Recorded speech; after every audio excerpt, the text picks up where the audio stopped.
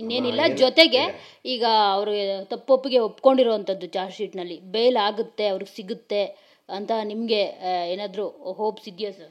100% ಒಪ್ಪದೆ bale ಆಗುತ್ತೆ. ನ್ಯಾಯಾಲಯದಲ್ಲಿ 90 ದಿನ ಆದಮೇಲೆ ಚಾರ್ಜ್ ಶೀಟ್ ಆದಮೇಲೆ ಬೇಲ್ ಕೊಟ್ಟೇ ಕೊಡ್ತಾರೆ. ಆಮೇಲೆ ನ್ಯಾಯಮೂರ್ತಿಗಳು ಇದೆಲ್ಲ ಟಿ ವಿಲಿ ಬಂದ ತಕ್ಷಣ ನ್ಯಾಯಮೂರ್ತಿಗಳು ಬೇಲ್ ನಿಲ್ಲಿಸಲ್ಲ. ಆಮೇಲೆ ಅದಕ್ಕೆ ಒಂದು ಕಾನೂನಿದೆ. ಚಾರ್ಜ್ ಶೀಟಲ್ಲಿ ಅಧಿಕಾರಿಗಳು ಪಾಪ ಅವ್ರು ಕೆಲಸ ಮಾಡಿದ್ದಾರೆ, ನ್ಯಾಯದ ಮೇಲೆ ಅಪಾರ ನಂಬಿಕೆ ಇದೆ. ಒಬ್ಬ ಆರೋಪಿಗೆ ಚಾರ್ಜ್ ಶೀಟ್ 90 ದಿನ ಬೇಲ್ ಕೊಡಬೇಕು, ಆಮೇಲೆ ಕೇಸ್ ನಡೆಯುತ್ತೆ. ಅದರಿಂದ ಅದನ್ನು ಆಗಲಿ, ಬೇಲ್ ಕೊಡಲಿ, ಬರಲಿ, ಸಿನಿಮಾಗಳು ಇರೋದು ಫಿನಿಷ್ ಮಾಡಲಿ. ಒಂದು ಕಾನೂನು, ಒಂದು ಕಂಡೀಷನ್ ಹಾಕಲಿ. ಏನೋ ಫಾರಿನ್ ಅದಕ್ಕೆ ಬೇಕಾದಾಗ ಅದು ಯಾವ ರೀತಿ ಸರ್ಕಾರ ನ್ಯಾಯಮೂರ್ತಿಗಳ ಹತ್ರ ಮನವಿ ಮಾಡ್ತಾ ಹೋಗ್ತಾರೆ. ಬೇಲ್ ಆಗುತ್ತೆ. ಬೇಲ್ ನಮಗೆ ನ್ಯಾಯದ ಮೇಲೆ ನಂಬಿಕೆ ಇದೆ, ಒಳ್ಳೆಯದಾಗುತ್ತೆ. ಆ ಚಾಮುಂಡೇಶ್ವರಿ ನಿಜವಾಗ್ಲೂ ಕರ್ಸ್ಕೊಳ್ಳಿ ದಸರಾ ಹೊತ್ತಿಗೆ ಅಂತ ನನ್ನ ಆಸೆ. ದಯವಿಟ್ಟು, ಯಾಕೆಂದರೆ ದೇವ್ರನ್ನ ತುಂಬ ಚೆನ್ನಾಗಿ ನಂಬಿದ್ದಾರೆ. ಆಮೇಲೆ ದೇವ್ರು ನಂಬಿದೆ ಯಾಕಂದರೆ ಗ್ರಹಚಾರ ಅನ್ನೋದು ಇದೆಯಲ್ಲಮ್ಮ, ಅದು ಎಲ್ಲರಿಗೂ ಯಾರಿಗೂ ಬಿಡಲ್ಲಮ್ಮ, ಯಾರಿಗೂ ಬಿಡಲ್ಲ. ಗ್ರಹಚಾರ ಇದೆಯಲ್ಲ ಬರಲ್ಲ.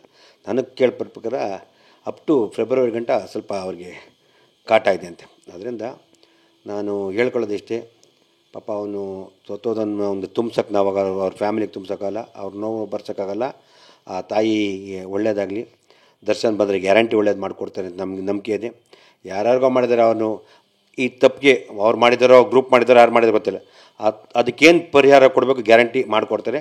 ಅಂದರೆ ತಿರ್ಗಾ ಅವ್ನು ಕೊಡೋಕ್ಕಾಗಲ್ಲ, ಪರಿಹಾರ ಮಾಡಿಕೊಡ್ಬೋದು ಅಂತ ಹೇಳ್ತೀನಿ. ನಮ್ಮ ಸರ್ಕಾರದ ದಯವಿಟ್ಟು ಆ ಮಗನಿಗೂ ಒಂದು ಕೆಲಸ ಕೊಡಿ ದಯವಿಟ್ಟು. ನಿಮ್ಮಲ್ಲೇನು ಅಂದರೆ ಆ ಹುಡುಗನ್ನ ಏನೇ ಆಗಲಿ ಇಷ್ಟೊಂದು ಇನ್ನು ಎಲ್ಲರೂ ಅವನ ಮೇಲೆ ಟಾರ್ಗೆಟ್ ಬಿಟ್ಬಿಟ್ಟು ಅವನು ಒಂಚೂರು ಕನಿಕರ ಇರಲಿ. ಅವನೇನೇ ಹೊರಟಾಗಿ ಮಾತಾಡಿರೋದು ಕೆಟ್ಟದಿಲ್ಲ.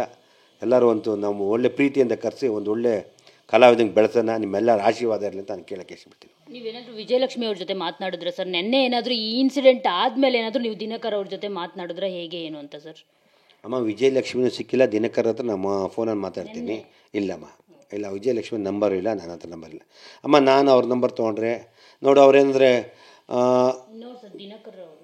ಅದಕ್ಕೆ ತಪ್ಪಾಗಿ ತಿಳ್ಕೊಬೋದು. ನನ್ನನ್ನು ಯಾವಾಗ ಬೇಕಾದ್ರೂ ಕಾಂಟ್ಯಾಕ್ಟ್ ಮಾಡೋದು, ನಾನು ಎನಿ ಟೈಮ್ ಇರ್ತೀನಿ ಅಂತ ಹೇಳಿದ್ದೀನಿ. ದಿನಕರ್ಗೆ ಹೇಳಿದ್ದೀನಿ, ಅವ್ರ ಜೊತೆಲಿದ್ದಂಥ ಕೆಲವು ನಮ್ಮ ಇಂಡಸ್ಟ್ರಿ ಟೆಕ್ನಿಷಿಯನ್ಗೆ ಹೇಳಿದ್ದೀನಿ, ದಯವಿಟ್ಟು ನನ್ನ ಅವಶ್ಯಕತೆ ಇದ್ದರೆ ದರ್ಶನ್ ವಿಚಾರದಲ್ಲಿ ನನ್ನನ್ನು ಯಾವುದು ಬೇಕಾದ್ರೂ ಬರ್ತೀನಿ.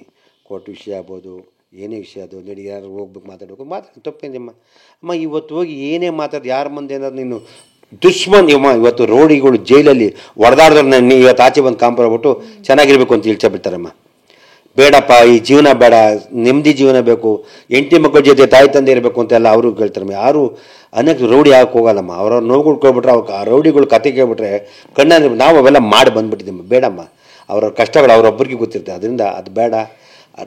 ದರ್ಶನ್ನ ದಯವಿಟ್ಟು ಅದರಿಂದ ವಿಮುಕ್ತರಾಗಿ ಆಚೆ ಬರಲಿ ಅಂತ ನಾನು ಆ ಚಾಮುಂಡೇಶ್ವರಿ ಪ್ರಾರ್ಥನೆ ಮಾಡ್ತೀನಿ. Thank you so much sir. So ನೋಡಿದ್ರಲ್ಲ, ಇದಿಷ್ಟು ನಿರ್ಮಾಪಕ ಕೆ ಮಂಜು ಅವರ ಮಾತು. ಕ್ಯಾಮ್ರಾ ಪರ್ಸನ್ ರಮೇಶ್ ಜೊತೆ ಮಂಗಳರಾಜ್ ಗೋಪಾಲ್, ಟಿ.ವಿ9 ಬೆಂಗಳೂರು.